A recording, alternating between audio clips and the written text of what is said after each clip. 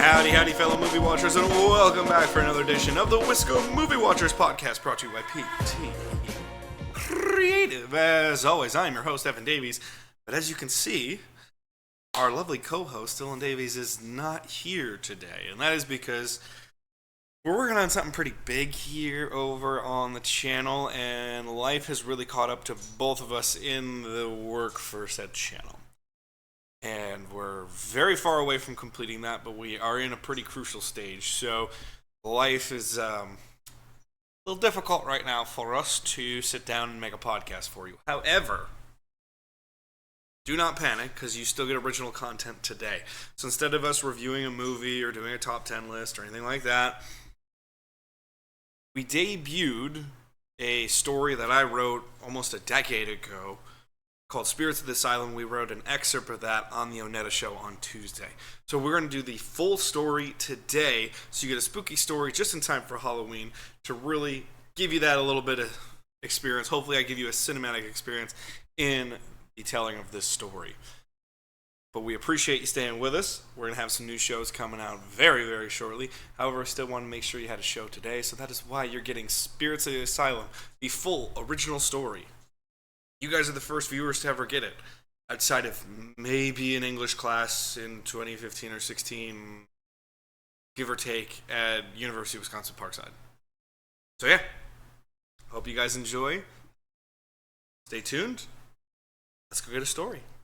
Oh yeah, and BT Dub, you're not going to see me reading it because that'd be kind of weird, so we're just going to put the nice little picture that we've done for the story up during the reading. So if you're on the video version, don't worry, you're still getting the story. You're just not going to see my lovely face because it seems kind of weird. So yeah, let's go. The following story is called Spirits of the Asylum. Original story by Evan Davies. Dimly lit, sterile, and silent. Mostly metallic room is seemingly closed off from the world. This room of surreal peace, morgue, lay deep within the bowels of the asylum. Toe tags are the decorative pieces of the room. Inside works the two attendants, each work with a cadaver. One with a protruding gut, pressing his shirt and lab coat to the brink of use. Shining skin atop his head surrounded by receding threads of hair. Glasses of a small square shape press against his visage. The other wears longer, disheveled black hair up in a twist.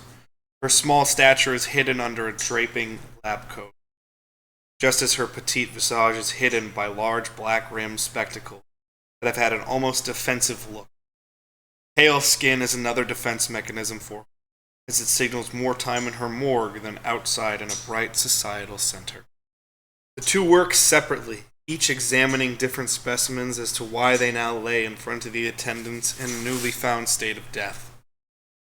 The woman works delicately, though diligently. She begins prodding her cadaver with large, sharp instruments. The man sits near his stiff subject, looking through an accompanying case file. While reading, his boredom gets the better of him. Looking for a remedy to his mental wandering, he gets a rude solution. He gets up and creeps behind the woman. She never breaks her focus from the cadaver all the while. Quickly shuffling toward the cases embedded in the walls, he yanks open a case behind the woman. He exposes another dead corpse with a toe tag tied to its right foot with his mischievous pull. The woman turned towards the man in fury after initially flinching. Her eyes scold him more than her words ever could. He simply bellows in amusement, turns the compartment back to its original state within the woman turns back to her work, shaking her head in disapproval. While she returns to her prodding, the man returns to his desk, settling back into boredom. After throwing his pencil at the ceiling for another minute or two, he gets up again. The woman pays him no notice, only sighing in relief as the pencil impact noises have ended. The man then goes for the door. Swiping his access card at the side panel, he leaves the room. He hangs one comment in the air before he exits. "I'm taking a break. Try to get the stick out of your ass by the time I get back." The woman's shoulders sag into a position of relaxation once the door finally closes. She could feel the tension in her neck and shoulders loosen and fall away. She sinks back into her. Her concentration never wavers. Minute by minute, she continues her examination. As she finally finishes her exam of the lifeless body in front of her, she hears a faint whisper. Here. The woman begins to widen her eyes from their focused gaze on the corpse in front of her. Her eyes scan the room from side to side. The head stays relatively in the same hunched position over the... She surmises the sound she heard was simply the combination of her imagination and the place she is glued to currently. As she settles her eyes back to their focus and about to continue her examination, she hears the same whisper, just a little louder than... Here. Her head turns like an owl, scanning the entirety of the lab for her partner's presence, expecting to see a snickering bowling ball of a man in a nook somewhere. To her surprise, no one is there. After a look of confusion, she shrugs it off and turns towards the corpse again to... As she turns back, she hears a large sound, a clamoring thud, one far from the usual sound in the asylum. The loud noise comes from the door.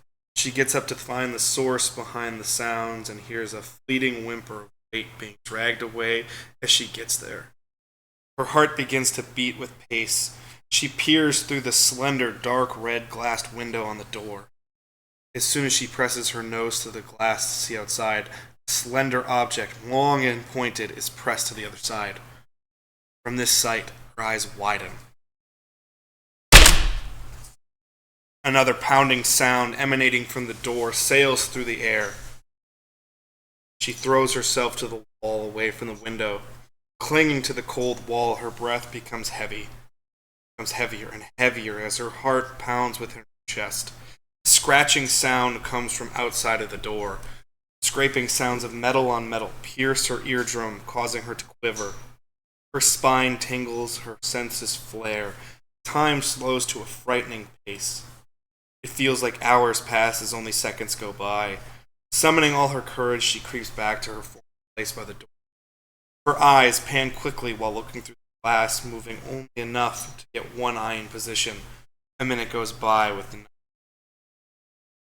Abruptly, a fist smashes against the scarlet-tinted window of the door. An alarming sound of cracking glass rings in her ears as the glass weakens. Her heart now mimics Vesuvius as it tries to erupt from her chest, although she prepares swift movements back to the wall. Inside her, she's frozen with dread. Her only movements are unintentional and quaking. She starts creeping back to the wall. Another sound is heard. Come on out! It's hissed with a sinister whisper. There's no denying these words, unlike the others previously. Her face becomes plastered with fear as she begins to shake. Her breathing quickens. Her breath becomes shorter and shorter. Come see! Sinister hissing continues. Another whisper is heard from inside the room. This one seems to come from one of the compartments housing the deceased. Fright is ever present from her breath as her sounds of panic now audibly escape with each shallow pass. 3 thuds crash against the door again. She is sure they are from the fist that was trying to break the glass previously. The loud crashes turn her attention to the entryway again. As if trapped, she distances herself in equal measure from the source of the whisper and the door. Much like she feels, tears are trapped in her eyes. As she wants to crumble and weep out of sheer horror, her body uncontrollably trembles.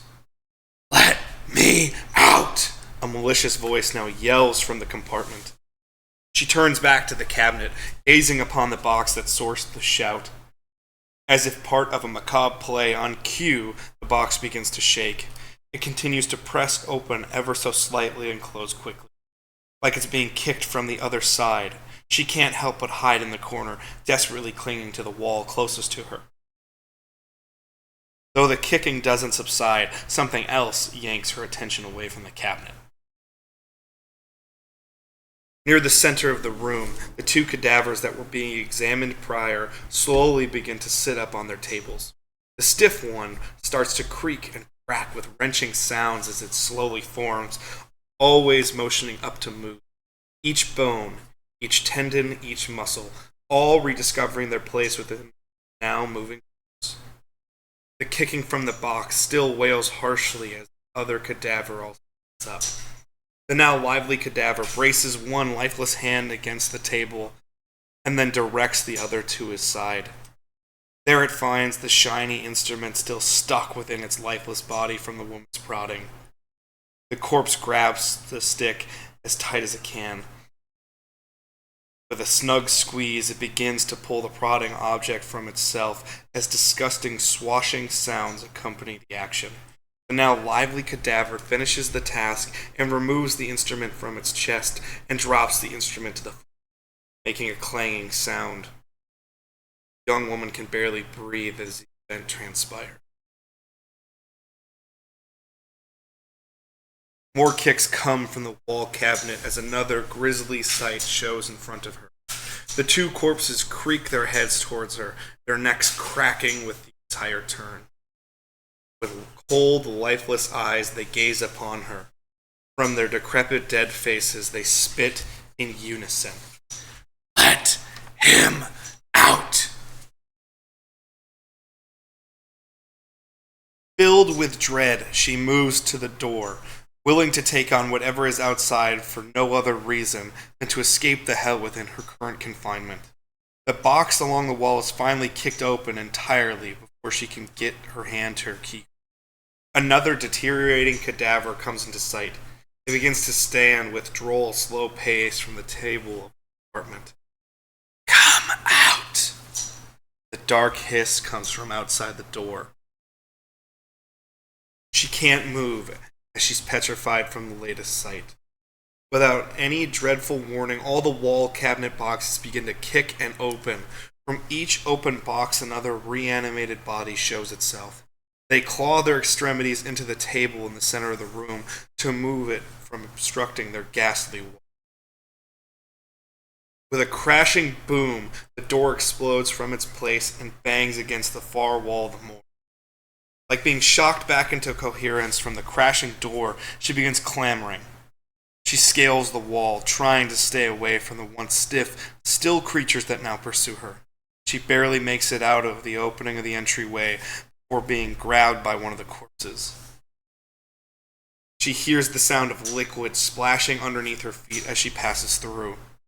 She peers down in fright toward her black shoes to see the sanguine shade of blood underneath them. She takes off to run, getting further and further away from the morgue, all the while hearing the smack of feet hitting a pool of blood beneath her. Ahead, she reaches an annex in the hall, forcing her to turn right or left. She fears to choose either, but is more frightened by the uneven beat of decrepit feet marching toward her. From the left comes another whisper, a different voice of the uncanny. It's far softer than the hissing voices she heard prior. This way. Staring left, she pauses, trying to decide her turn. All of a sudden, the hall goes dark. All light escapes the asylum for an instant, before dim red safety lights are revealed. The red lights throughout the halls illuminate the madhouse in a mocking fashion to her, as visibility is still low and tinged with an alarming shade of scarlet. As if the lights leaving her were an omen, she whips to the right and takes off. She runs with no abandon till she weaves around another corner and stops suddenly. She is mortified by a new grisly view. Her partner is hanging from the end of a large pipe, speared through the wall. Reminiscent of ancient battle scenes, his body looks like it has been run through by a pike. The man was draped at the end of the proverbial stake, with the pipe jammed into the sterile tiles of the wall.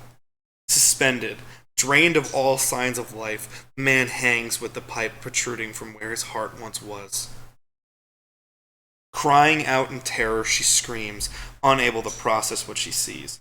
While hesitating to move, the silence that followed her echoed screams give way to the dripping splotch of sound made from the blood coming from the eyes of the man suspended against the wall. Each drop of blood echoes for a short while in the hall until, with no other choice to make, she presses onward. She moves while wiping the few tears she has left from her face as she goes. The dragging feet of the corpses are still audible behind her. A soft voice is heard again. Not this way. The voice comes again as she reaches another choice. She continues in the same direction, once more choosing to ignore. Again and again, she runs throughout the maze of corridors and obeys the commands of the soft, whispering voice. The woman delves into the old asylum further and further.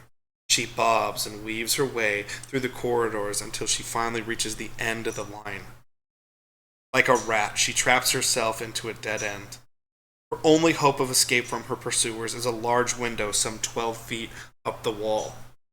Hearing the dead march nearing, she begins to quiver once more, terrified. Closer and closer and closer they come. She climbs up onto the radiator under the window at the end of the corridor. All the while, the reanimated fiends draw near.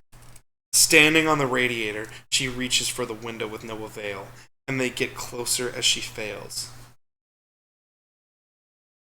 Thuds, heavy in nature, echo all around her as the dragging, slow feet come closer. Stretching as far as she can muster, she still can't manage to reach the handle of the window. She continually reaches up and falls as the echoes continue. Like a taunting beast, the sounds of groaning draw nearer as she falls from her reach again. She tries and falls repeatedly. Hope dwindles from her heart. Suddenly the corpses come into view. A whole pack of the undead march closer and closer to her, reaching further and further each time she still can't reach the window. They come within feet of her, and her shriek begins to fill the halls. Still trying with all she can, she reaches once more. Finally, she grasps the handle to the window and throws it open. Climbing up with fearful might, she starts her ascent to the windowsill. Up and up, she wills her way to the ledge of the window. She feels the strong grasp of the demonic corpses below rip at her ankle as soon as she gets her elbow up to the ledge. While trying to cling to the ledge of the window, she's dragged down into the mob of dead creatures. With each passing moment, she descends further down into the swarm.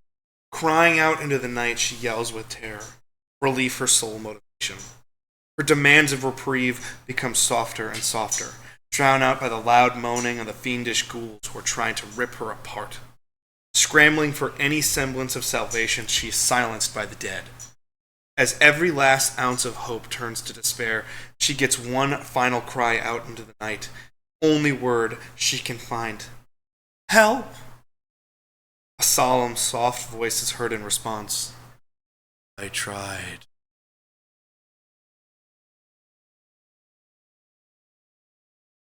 And that, dear friends, brings our story to a close for the day. I certainly hope you enjoyed listening to this story. It's one that's very personal to me. It's one of the first stories I ever wrote, just needing to get an idea out of my head because I love the spark of creativity. I love the idea of sharing a story. And it's super personal to me, just as every story that we ever see, any story we've ever heard is super personal to someone else. I certainly hope you enjoyed this quick little horror story from me today. And I hope you take it and it inspires you just like other stories inspired me. Enjoy your day. Enjoy this podcast as many times as you want. Happy Halloween. More importantly than anything, go watch a good movie and enjoy your day. Peace, love, and hugs to you all. Goodbye!